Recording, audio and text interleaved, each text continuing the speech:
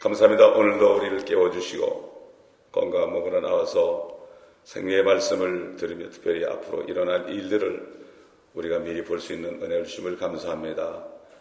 우리를 성령으로 충만케 채워주셔서 우리도 사도 요한처럼 아버지 하나님 말씀 안에서 보여지는 모든 것들을 성령 안에서 보고 이것을 증거할 수 있는 저희들이 되게 하여 주시옵소서. 본자만이 증거할 수 있사오니 성령 안에서 확실히 보고 증거함으로 이곳에 들어가 고통받을 사람들에게 정말 주님의 사랑으로 권면하고 아버지 하나님 저들을 깨우칠 수 있는 우리 모두가 될 수 있도록 성령 충만케 하여 주옵소서. 감사드리며 예수 그리스도의 이름으로 기도합니다. 아멘. 자, 계속해서 요한계시록 오늘 6장 9절입니다. 자, 이제 후사 마지막에 치닫습니다. 어떤 일이 벌어질 것인가. 6장 전체, 한 장 전체가 결국은 환난 시작부터 끝까지 다 들어있습니다. 나팔도 마찬가지예요. 나팔도 마찬가지. 일곱째 나팔이 불 때 이 세상 나라들이 하나님 아버지와 그리스도의 왕국이 됐습니다. 마찬가지로 마지막 그 호리병 대접을 쏟을 때 끝이 났습니다. 그러므로 일곱 인과 일곱 나팔과 일곱 대접, 즉 호리병은 결국 모두가 다 동시에 일어나는 것을 보여주는 거예요. 우리가 그 복음서가 마태, 마가, 누가, 요한 복음 있죠. 이렇게 똑같은 예수님의 사역을 유대인의 왕으로 또 일하는 사역자로서 또 마가는 그 다음에 누가는 인자로서 요한은 하나님의 아들 하나님으로서 이렇게 증거한 것처럼 이렇게 인과 나팔과 그 다음에 호리병 대접으로 하고 그 다음에 또 뭐가 있는가 하면은 그 사단 큰 바벨론의 무너짐 이렇게 네 가지로 이렇게 하는 겁니다. 사복음입니다. 이것도 앞으로 일어날 것입니다. 우리가 이걸 알고 보면 똑같은 얘기가 또 나오거든요. 그게 바로 같은 사건이에요. 같은 사건. 근데 다른 면에서 나팔에서는 모든 게 다 무너지고 하나님의 예수 그리스도의 천년왕국이 이루어지는 거기에 중점을 뒀고 여기서는 이제 그렇게 되기 위해서 엄청난 그 심판 아마겟돈이 어떻게 일어나는 것을 여기 이제 6장 9절 이하에 나옵니다. 제가 읽겠습니다. 6장 9절부터 읽겠습니다. 어린 양이 다섯째 봉인을 여실 때 내가 보니 제단 아래에는 하나님의 말씀과 그들이 가진 증거 때문에 죽임당한 자들의 혼들이 있는데 그들이 큰 음성으로 울부짖으며 말하기를 오 거룩하시고 참되신 주여 땅에 살고 있는 그들을 심판하시어 우리의 피를 갚아주실 날이 얼마나 남았나이까 하더라. 그러자 그들 각자에게 긴 흰옷을 주시면서 그들의 동료 종과 형제도 그들처럼 죽임을 당하여 그 수가 가득 채워질 때까지 잠시만 더 쉬라고 말씀하시더라. 또 내가 보니 어린 양이 여섯째 봉인을 여실 때 보라 큰 지진이 나며 해가 머리털로 짠 천같이 검어지고 달은 피처럼 되었으며 하늘의 별들이 마치 무화과나무가 강한 바람에 흔들려 설익은 무화과가 떨어지듯이 땅에 떨어지며 하늘은 두루마리같이 말려서 쓸려가고 모든 산과 섬도 각기 제자리에서 옮겨졌으니 땅의 왕들과 위대한 자들과 부자들과 대장들과 힘 있는 자들과 모든 종과 모든 자유인이 각자 토굴과 산들의 바위 틈에 숨어서 산들과 바위들에게 말하기를 우리 위에 떨어져서 보호자에 앉으신 분의 얼굴과 어린 양의 진노에서 우리를 숨기라. 이는 그분의 진노의 큰 날이 임하였음이니 누가 감히 설 수 있으리요 하더라. 후 3년 반에 다섯째 봉인이 떼어집니다. 요한은 제단을 보았습니다. 제단은 바로 성전에 있는 거죠. 그 제단에서 죽임당하면 순교자들이 그 혼이 나옵니다. 순교자들의 혼이 몸이 죽었거든요. 몸이 죽었기 때문에 이제 혼이 나온다. 그 보면은 혼들인데 몸이 없는데도 말을 하죠.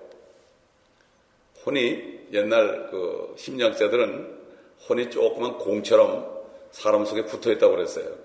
그러나 혼은 보이지 않는 몸입니다. 영적인 몸입니다. 영적인 몸이다. 결국 이 혼은 사람의 그 정서, 지정의죠. 정서가 존재하는 곳이에요. 혼이. 그래서 그 혼 속에다가 하나님께서 그 성령의 바람을 확 생기를 불어넣으니까 혼이 충만해진 거죠. 우리 성령 충만은요, 우리 혼 안에 성령이 충만해지는 거예요. 이게 푹 불어납니다. 그럼 몸도 건강하게 돼 있어요. 공이 잘 굴러가는 것처럼 말이죠. 근데 눈에 보이지 않죠, 혼은. 전에 눈에 보이지 않아요. 그러니까 흰 옷을 준 거예요. 유령이 나타날 때 어떻게 나타나요? 흰 옷 입고 나타나죠. 그게 다 성경 안에서 근거한 거예요, 사실. 보이지 않는 몸이니까 사람에게 보이기 위해서는 뭘 뒤집어 써야 돼. 그렇지 않고 사람들이 몰라요. 사람들이 통과해도 모른다고요. 이거는 영적인 몸이기 때문에 이런 것을 통과할 수가 있죠. 자, 그래서 예수 그리스도의 영이 거룩한 영이다. 그래서 사도 바울이 그랬죠. 너희 안에서 그리스도가 형성될 때까지 내가 다시 한번 상고를 치노라. 구원받은 혼이 그 안에 그리스도의 영으로 충만할 때까지, 성령의 열매를 맺을 때까지 내가 다시 한번 상고를 치노라. 이게 성령 충만해야만 성령의 열매를 맺을 수가 있고, 그 성령은 우리 혼 안에 충만한 겁니다, 여러분. 이걸 알아야 돼요. 혼은 팔도 있고 다리도 있고 눈도 있고 귀, 코, 목청도 있고요. 말을 했으니까 입도 있고 입술도 있고 이빨도 있습니다, 여러분. 혀, 등, 턱, 위까지 있어요. 옛날 그 부자가 그랬죠. 나사로 보고, 아브라함 보고 전 나사로를 통해서 물 한 모금을 좀 나에게 갖다 달라. 그럼 물이 어디 내려가 있습니까? 위로 내려가죠. 참 이게 신기한 거죠. 참 신기한 거예요. 그러므로 이 혼이 진짜 사람 만들 때 살아있는 리빙 소울로 만들었죠. 우리 개혁에는 산 영으로 되는데 리빙 소울로 됐지 리빙 스피릿이라고 그러지 않았어요. 살아있는 혼인데 거기에 생기를 불어넣으니까 살아있는 혼이 되었다. 몸은 진흙으로 되어 있고 말이죠. 그래서 영혼육이 생긴 거죠. 그래서 이 혼적인 몸을 혼을 뭐라는가 하면 소울리시 바디라고 그래요. 소울리시 바디. 안에는 혼을 보이지 않는 몸이다. 소울리시 바디다. 이건 뭐죠? 피지컬 바디. 우리 육신은 피지컬 바디. 보이는, 만질 수 있는 바디고, 안에는 혼은 소울리시 바디다. 이렇게 볼 수가 있죠. 자, 근데 정신병 의사들이 말이죠. 이걸 잘 모르니까, 우리 혼을 뭐라고 그런가 하면, 자다. 그래, 자아가 죽어야 됩니다. 이렇게 얘기하죠. 자아라고 얘기하고, 또는 나로 얘기합니다. 나로. 그래도 정신병 의사는 좀 아는 거예요. 공부를 해가지고. 근데 성경, 이 킹잼 성경만이 이걸 가르쳐 줄 수 있어요. 다른 데는 전부 영혼욕을 막 혼란시켜 놔가지고, 혼을 영혼 그려놓고 말이죠. 분리를 시켜 놓으니까 뭐가 뭔지 몰라요. 킹잼 성경만이 이걸 가르쳐 주죠. 여러분, 사이칼라지라는 말이 있죠. 심리학. 사이칼라지라는 말이 이게 헬라어로 두 가지 말이에요. 하나는 푸시케라는 헬라어. 푸시케. 혼이죠, 혼. 그렇죠? 그 다음에, 또 어떤 말인가 하면은, 로지아라는 말이 있어요. 로지아라는 말은 지혜, 지식을 얘기해요. 그러니까는, 사이콜로지라는 게 혼을 아는 지식이에요. 혼을 아는 지식인데, 심리학자들은 이걸 모르죠. 성경의 혼이 무엇인가를 모르죠. 그렇기 때문에, 결국 성경 말씀만이, 우리가 가지고 있는 이 킹잼 성경 말씀만이 가장 위대한 심리학 서적이다. 심리학이라는 자체가 혼을 연구하는 거기 때문에 그들은 아무리 연구해도 몰라요. 이 성경만이 우리에게 확실하게 알려줍니다. 그러니까 다시 말해서 이 혼도 우리의 몸의 형태를 가지고 있지만 보이지 않는 것이다. 여러분 창세기 35장 18절을 보세요. 창세기 35장 18절 찾아보세요.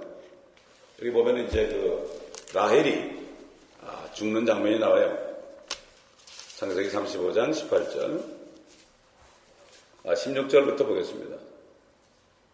그들이 베델에서 이동하여 길을 가다가 에프라세 조금 못 미쳐서 라헬이 산고로 진통을 당하는데 산고가 심하였으니 그녀가 산고를 겪고 있을 때 산파가 그녀에게 말하기를 두려워 말라. 네가 아들을 낳으리라 하더라. 그녀의 혼이 떠나려 할 때 이는 그녀가 죽었음이라. 혼이 떠나니까 죽은 거죠. 그녀가 그 아이의 이름을 베논이라 불렀으나 그의 아비가 그를 베냐미나 불렀더라. 혼이 떠나면 죽는 겁니다. 의사는 심장에 맞으면 죽지만 하나님의 말씀은 혼이 사람의 본체이기 때문에 이건 껍데기거든. 죽는 거죠. 당연히 죽는 거죠. 내가 떠나니까 죽는 거죠. 그 다음에 또 어디를 보시면 열왕기상인가 보세요. 열왕기상 17장 22절. 17장 22절. 찾아보는 게 좋습니다. 17장 22절. 이게 뭔가 하면 엘리야가 가뭄이 들었을 때 먹을 게 없어서 사렙다 과부, 시돈 땅에 있는 과부 집에 가가지고 이제 거기서 그 과부 집 먹이 살리고 자기도 먹었죠. 근데 그 아들이 죽었어요. 그럴 때 엘리야가 이제 얘기합니다. 17장 19절 보면은 엘리야가 그녀에게 말하기를 네 아들을 내게 달라 하고 그녀의 품에서 그 아이를 취하여 그가 걷지 않은 다락으로 안고 가서 자기의 침상에 내려놓더라. 그리고 그가 주께 부르짖어 말하기를 오 주 나의 하나님이여 주께서는 내가 기가하고 있는 과부에게도 재앙을 내리시어 그의 아들을 죽게 하셨나이다 하고 그가 자기 몸을 그 아이 위에 3번 펴고 주께 부르짖어 말하기를 오 주 나의 하나님이여 내가 간구하오니 아이의 혼이 그의 안에 돌아오게 하소서 하자 주께서 엘리야의 음성을 들으셨으니 그 아이의 혼이 그의 안에 들어와서 그가 살아났더라. 혼이 돌아오면 삽니다. 그렇죠? 아무리 썩어도요 혼이 돌아오면 살아요. 나사로 보세요. 나사로 나흘이 됐는데도 혼이 돌아오니까 산 겁니다. 여러분 우리 생각에 썩으면 회상이 안 된다. 이건 우리 생각이죠. 사실 이게 요즘도 일어나더라고. 저는 이걸 경험을 했어요. 아이를 낳고서 그냥 얼마 안 돼서 암에 걸려가지고 너무 고통스러우니까 그냥 이 사람이 자살하다 죽었는데 병원에서 죽었다 그러는데 저는 이걸 기억하고 간절히 기도했죠. 일주일 동안은 혼이 좀 돌아오게 해달라고. 너무나 불쌍하잖아요. 딸만 셋 남겨놓고 말이지. 남편은 갬블하고 그냥 술만 만져 먹고 집안도 안 돌보는데 이거 너무하지 않습니까? 주님 막 그랬거든. 좀 혼이 돌아오게 해서 좀 이 사람 자살했으니까 구원 받았는지 안 받았는지 모르니까 구원받게 해주시고 좀 살게 해달라고 간절히 기도하니까 한 사흘째 된 날인가 살아나더라고요. 지금도 일어나요, 여러분. 이게 우리가 믿음이 없어 그렇지 되더라고요. 혼이 돌아와서 살겠다고 일어나 되더라고 이게. 이게 뭐 하나님의 말씀, 엘리야의 기도를 들으신 것처럼 오늘날도 우리 기도를 들으십니다, 여러분. 아멘. 왜냐하면 생각해 보세요. 자기를 이렇게 먹여 살려줬는데 왜 아이를 데려가냐 말이에요. 하나님께 따진 거예요. 그렇잖아요. 따졌어요. 그렇습니다. 뭐 의사들은 뭐 죽었다고 그러는데 의사 회의에서 죽었다는데 또 살아나더라고요. 뭐 의사들 앞에서 막 뭐라 그러죠. 내가 당신들은 무조건 그냥 장기만 그냥 어떻게 해가지고 장기만 떼어가지고 그냥 하려고 그런다고. 거기 마음이 있으니까 나 죽었다고 그런다고 말이에요. 그렇기 때문에 참 우리 하나님의 영적인 사람들은 말이죠. 영혼 육간에 우리가 다른 사람들을 가르칠 수 있어요. 가르칠 수가 있어요. 성경 말씀을 잘 알면 그렇죠. 가르칠 수 있습니다. 그래서 성경은 혼이 떠날 때 죽는다. 그래서 사도 바울이 뭐라 했죠? 나의 떠날 날이 이르렀도다. 그랬어요. 나의 떠날 날. 자기 혼이 몸을 떠나는 날. 그리고 내가 내 몸을 떠나 주와 함께 있는 것이 더 좋으나 내가 아직 몸 안에 있는 것은 너의 유익을 위함이다. 자기가 없어지면 말씀 들을 사람이 없잖아요. 주님께 직접 말씀을 복음을 받은 사람들 그분이 없어져 버리면 다른 사람들이 유익이 없죠. 그렇기 때문에 자기는 빨리 가고 싶다. 오늘날도 마찬가지로 우리도 빨리 가고 싶죠. 빨리 가고 싶은데 자식들 보면 그런 마음이 없어지죠. 주님 좀 늦게 오셨으면 싶더라고. 난 그래서 그렇게 기도해서 주님 좀 늦게 오시면 안 됩니까? 그래서 이게 그런 심정이에요. 이게. 아직도 살아있는 것은 다른 사람의 유익을 위함이라. 다른 사람에게 복음을 전할 사명이기 때문에 그런 것이다. 그래서 우리는 고난을 견뎌내고 이것이 바로 상이 되는 거죠. 자, 그래서 이 성경은 사람에게 몸, 또 혼, 영이 있다고 분명히 가르치죠. 그래서 몸의 내부에는 몸을 온전히 채우는 혼이 있죠. 몸 안에 혼이 있는데 이 몸을 채우는 것이다. 그런데 이 혼은 보이지 않죠. 자, 여러분, 우리가 하나님의 형상대로 지음받았습니다. 하나님이 성부, 성자, 성령인 것처럼 우리도 혼과 몸과 영이 있습니다.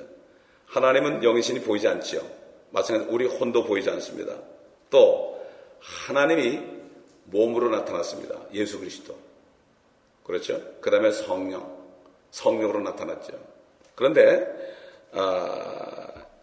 이 성령이 킹제임스 성경에 보면은 Holy Ghost로 되어 있습니다.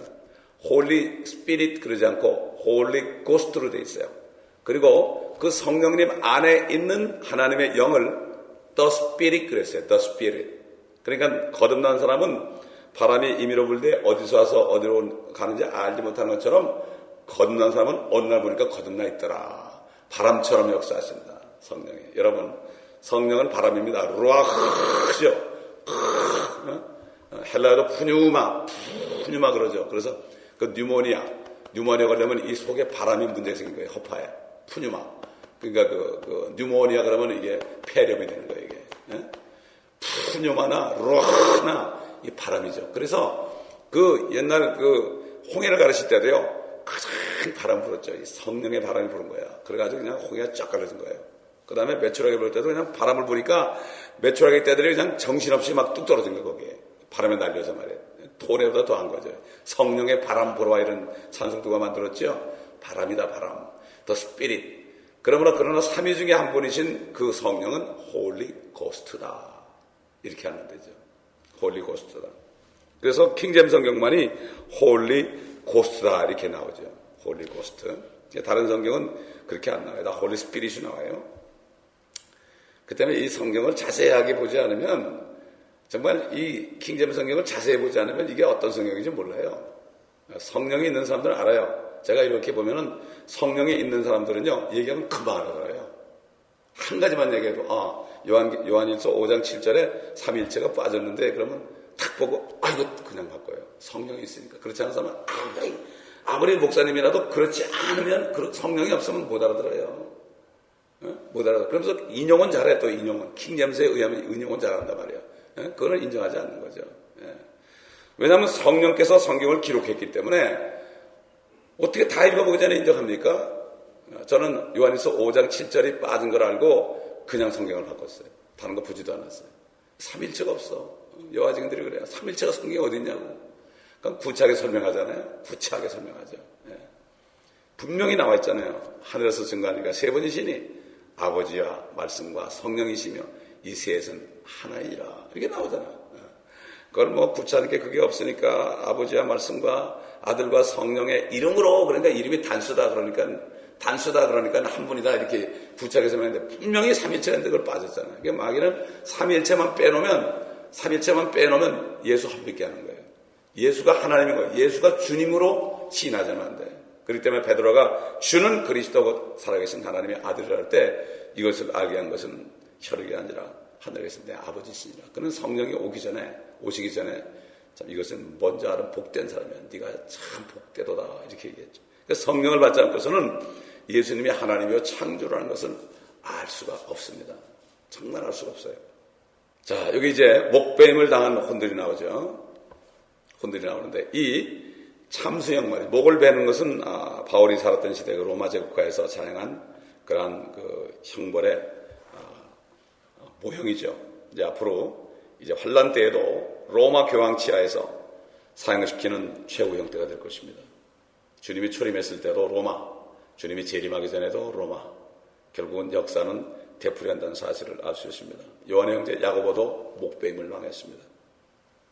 또 로마서 16장 4절 보면 어떤 성도들이 사도 바울을 통해서 자기 목을 내놨다고 그랬어요. 나의 생명을 위하여 자기들의 목을 내놓았다. 대신 죽었단 말입니다. 다른 성도들이 말이죠. 사도 바울이 더 살아서 복음 전하기 위해서 그렇게 했단 말이죠. 자, 그러니까 어린 양이 5째 봉인을 여시던 내가 보니 제단 아래에 죽임당한 자들의 혼이 있는데, 아까 얘기한 대로 이거는 제단, 계시록 11장에 나오는 제단입니다. 다시 성전이 건축이 됩니다. 문자적인 성전이 건축이 됐죠. 그래서 거기에서 이제 그 제단에서 사람들을 죽이는 거죠. 옛날에 구약시대 때 성막 안에 있는 제단에 그 짐승들을 죽여서 각을 떼서 피를 쫓고 다 내보내고 모든 다른 살과 모든 내장 같은 걸 전부 태운 것처럼 거기 제단에서 참 인을 받지 않은 사람들을 죽인다는 것을 알 수가 있습니다. 그래서 나중에 보면 거기에 그 성전에 적그리스도가 가가지고 자기가 하나님이다 이렇게 하는 것을 우리가 알 수가 있습니다. 자, 여기 6장에서 목배임 당한 성도들이 이제 7장에 나옵니다. 그 성도들이요 휴거됩니다, 여러분. 7장, 계시록 7장 먼저 가보겠습니다. 한번 먼저 왔다 갔다 합니다. 계시록 7장 먼저 가보겠습니다. 9절 보겠습니다. 이 일 후에 내가 보니 보라 모든 민족들과 족속들과 백성들과 언어들에서 온 아무도 셀 수 없는 큰 무리가 흰 옷을 입고 그들의 손에는 종려나무 가지를 들고 부호자 앞과 어린 양 앞에 서서 큰 음성으로 소리질러 말하기를 구원이 부호자에 앉으신 우리 하나님과 어린 양에게 있도다라고 하더라. 또 그 보호자와 장로들과 네 짐승들 주에 둘러선 모든 천사가 그 보호자 앞에 얼굴을 대고 엎드려 하나님께 경배드리며 말하기를 아멘. 찬송과 영광과 지혜와 감사와 존귀와 권세와 능력이 우리 하나님께 영원 뭉토록 있나이다. 아멘 하더라. 그때 장로 가운데 한 사람이 대답하여 나에게 말하기를 흰옷을 입은 이 사람들이 누구며 입이 하늘에 올라가 있어요.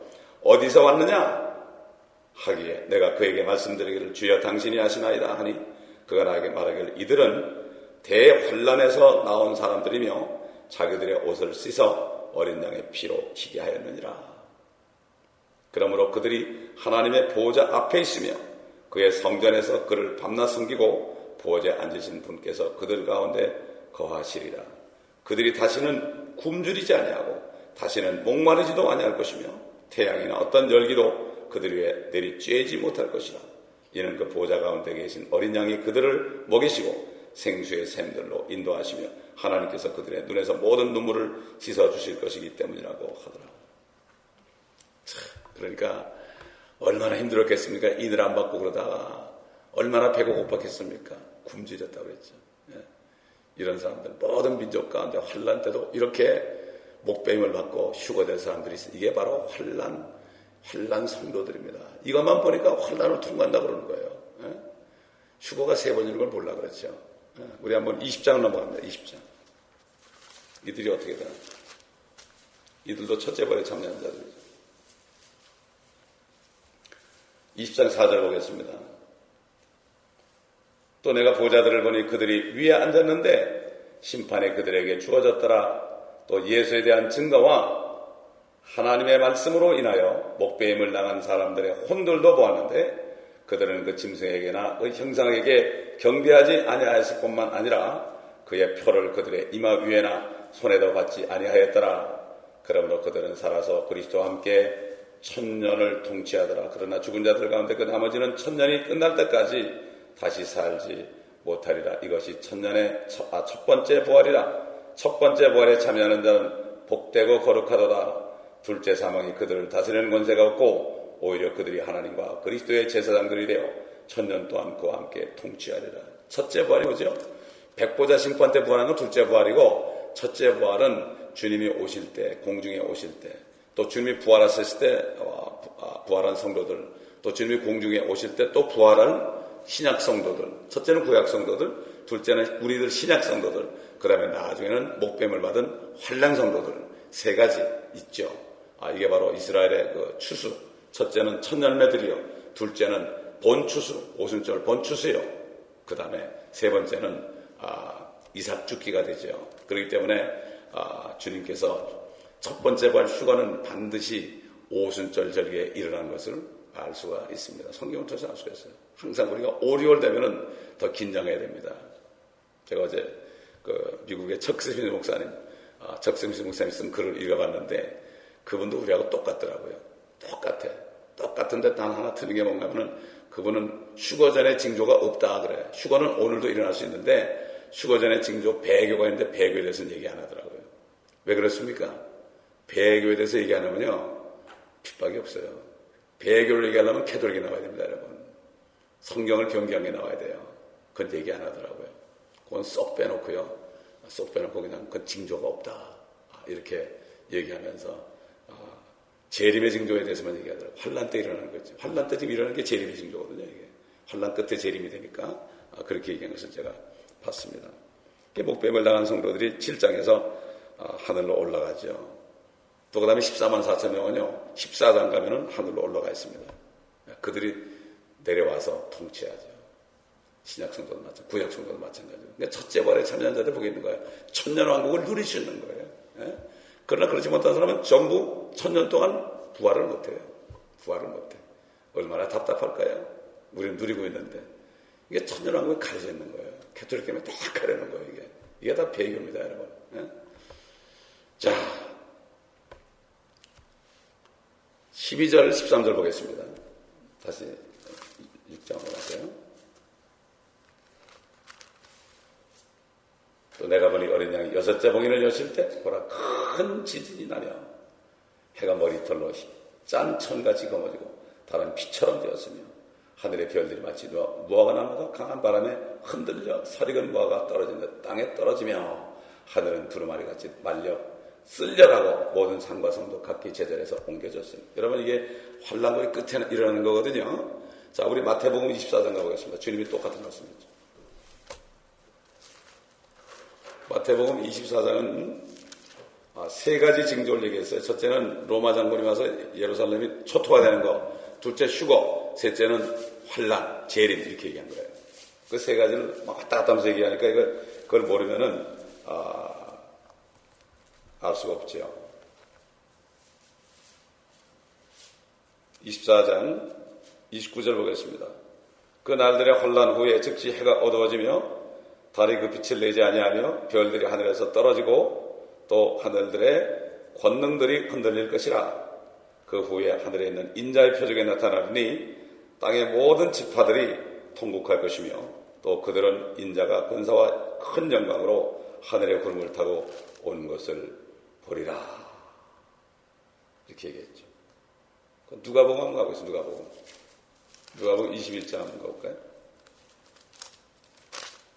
25절 보면 해와 달과 별들이라는 표적들이 있을 것이며 땅에는 민족들이 혼란 중에 괴로워하며 바다와 파도가 노하리라. 이 땅에 앞으로 무슨 일이 일어날 것인가를 생각하면 사람들의 마음은 두려움으로 인하여 실신할 것이라. 환난 때죠. 이는 하늘의 권능들이 흔들릴 것이기 때문이라.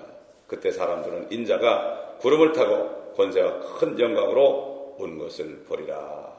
그러나 이런 일이 일어나기 시작하면 위를 보고 너의 머리를 들라. 이는 너의 구속이 가까이 왔습니다. 이건 너희는 유대인들 얘기합니다. 환난에 온 유대인들 하는 얘기예요. 이게. 그렇게 되는 거죠. 자, 또 주님께서도 그 해가 검은 천처럼 된다는 말씀도 하셨죠. 이게 그대로 주님이 말씀하신 대로 이루어진 것을 사도 요한이 본 것을 증거한 것을 우리가 여기서 알 수가 있습니다. 환난이 끝나기 전에 해와 달과 별들 이거 뭐 그대로 이루어질 것이다. 지금 실질적으로 지금 그런 징조가 나타나죠. 태양에 자꾸 폭풍이 일어나고요. 징조가 일어나죠. 과학자들이 먼저 알지 않습니까? 이게 지금 이게 서곡입니다. 이게 프렐루드예요, 이게. 예. 그 때문에, 주님께서 경고하신 거하고 똑같은 일이 일어난다. 또 사도행전 2장에 그 요엘서를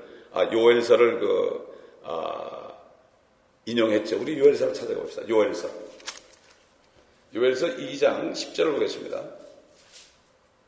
이게 지금 요한계시록 6장하고 연관되죠. 땅이 그들 앞에서 흔들리며 하늘들이 떨고 해와 달이 어두워지며 별들이 그들의 빛을 거두리라.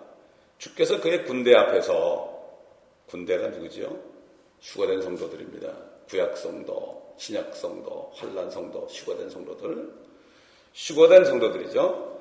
그의 군대 앞에서 그의 음성을 바라시리니 이는 그의 진영이 매우 크고 그의 말씀을 실행하는 분은 강하십니다. 주의 날이 위대하고 심히 두려우니 누가 그것을 견뎌낼 수 있으리요. 주의 날이라는 것은 예수 그리스도가 지상재림, 심판주로 오신 게 주의 날이에요. 또 이걸 진노의 날, 하나님의 날 이렇게 얘기하고 예수 그리스도가 성도들을 데리러, 신부들을 데리러 오는 날은 그리스도의 날입니다. 그리스도의 날. 이게 날이 다릅니다. 한 날입니다. 한 날. 다릅니다. 자, 14절, 17절 보게 되면 다시 가서 여기 보면 이제 진노의 날이다 이런 말이 나오죠. The day of wrath라고 그러죠. 진노의 날이다. 바로 여기는 지금 환난 끝에 이제 진노의 날. 이게 바로 아마겟돈입니다. 결국 아마겟돈과 연결되는 거예요. 예, 그래서 진노의 날 되게 되면은 주님이 이제 재림하셔가지고 유엔과 바티칸 이런 모든 바벨론들을 뿌리째 뽑아버린 복수의 날입니다. 이사야서 66장에 보면은 주의 기뻐하신 해를 전파하며 복수의 날을 선포하고 이렇게 나오죠. 예수님께서는 그 말씀, 이사야서 말씀을 읽다가 덮어버렸죠. 은혜의 날을 선포하는 것을 덮어버렸죠. 복수의 날이 언제입니까? 그거는 나중에 주님이 재림하실 때, 초림할 때는 은혜의 날이에요. 은혜의 날. 그러나 재림할 때는 복수의 날이 되는 거죠. 그러니까 얼마나 이 사람들이 참 기가 막히잖아요. 하늘이 두루마리처럼 날려가지고 쓸려가고 산과 섬도 각기 제자리에 옮겨졌다. 이런 일이 있어본 적이 없죠. 있어본 적이 없어요. 상상도 못하는 겁니다, 이제. 그러니까 이제 환란 때 일어나니까 전혀 못 본 거예요. 그런데 지금 환란 일어나는 사람들은 정신 빠진 사람들이에요. 우리가 환란을 겪어요. 주님께서 그랬죠. 너희가 세상에서 환란을 당할 것이나 기운을 내라. 내가 세상을 이겼노라. 이건 뭔가 하면 누구나 다 그리스도인들은 사단이 통치하는 세상이기 때문에 여기서 환란을 당하죠. 안 당한 게 이상하죠. 주 안에서 경건하게 살고자 하는 모든 사람은 핍박, 박해를 받으리라고 그랬죠. 그 환란은 앞으로 오는 건 비교도 안 되죠. 그러니까 지금 뭐 왕들과 위대한 자들과 부자들과 대장들과 힘 있는 자들과 모든 종과 모든 자연이 각자 토굴과 산들과 바위들 틈에 숨어서 참 오직 얼마나 힘들면은 그것 보고 우리 왜 떨어지라고 할까요? 얼마나 진노가 무서운 말이죠. 진노가 얼마나 무서운, 그게 바위가 떨어지라는 거예요. 이거는 뭐 상상할 수 없는 일이 벌어진다 이런 얘기죠. 자, 그렇기 때문에 이 계시록 6장 전체는 환란 기간의 첫째 해부터 마지막 해까지 전체적으로 우리에게 보여주고 있습니다. 그 환란 기간 6년이나 7년째 이럴 때 주의 진노의 날, 바로 재림의 날, 재림 직전에 바로 후 3년 반 거의 끝에 가서 이런 일이 일어날 것을 여기에 말씀하고 있습니다. 그렇기 때문에 이 인과 나팔과 이 대접, 호리병은 아까 얘기한 대로 또 큰 바벨론을 멸망한 이 네 가지는 대환란에 일어날 일들을 네 가지 부문으로 나눠서 그래가지고 우리에게 보여주는 것이다. 마태, 마가, 누가, 요한처럼 네 복음이 사복음이 있는 것처럼 환란도 네 가지, 복음도 네 가지요. 그 다음에 진노도 네 가지요. 복음을 받지 않은 사람도 네 가지로 당한다는 것을 우리에게 분명히 보여주기 때문에 이것을 알게 되면 요한계시록은 아주 쉽습니다, 여러분. 너무 쉬운 거예요. 문제는 성령 안에서 내가 이걸 볼 수 있느냐가 문제죠. 본자가 증가합니다, 여러분. 이거 여기 들어가도 절대 못해요. 내가 이걸 성령 안에서 봐야만 이거를 확실하게 증거할 수 있어요. 그렇지 않으면 못해요. 그럼 우리는 어떻게 됩니까, 이제? 성령 충만해야 됩니다. 우리 혼 안에 하나님의 성령으로 채워달라고 그래야 돼요. 아멘? 에베소교회 성도들에게 너희는 성령으로 충만하라고 그랬어요. 그렇죠? 충만하라고 그랬다는 얘기는 뭐죠? 우리가 성령 충만을 구해야 되는 거예요. 말씀을, 우리가 성령 충만을 구할 수 있는 거는 하라고 그랬으니까. 충만할 때, 우리 혼이 성령으로 충만할 때 어떻게 됩니까? 능력으로 충만하게 되는 거죠. 항상 회개함으로 우리가 주의 피를 가지고 그리스도의 피로 우리가 씻김 받고 그다음에 성령 충만을 구하면 성령으로 충만해지면 공이 바람이 쫙 일어나는 것처럼 막 그냥 튀고 막 그냥 어디나 굴러다닐 수 있죠. 그러나 공이 바람 빠지면은 그냥 굴러가지도 않고 튀지도 않고 그냥 갖다 버린단 말이에요. 우리는 충만해서 하나님께서 우리를 마음껏 가져다니면서 성령의 도구가 될 수 있도록 오늘 이 아침에는 우리가 기도할 때 그런 기도를 해야 될 것입니다. 기도하겠습니다. 감사합니다, 아버지 하나님. 오늘 환란 전체를 끝까지 보여주셨습니다. 아버지, 이 시간에 우리가 주님 앞에 간구하오니 우리를 성령으로 충만케 하여 주시옵소서. 성령으로 충만케 하여 주시옵소서. 우리도 사도 요한이 본 것을 성령 안에서 확실히 보고 증거할 수 있도록 도와주시옵소서. 우리 주 예수 그리스도의 이름으로 기도합니다.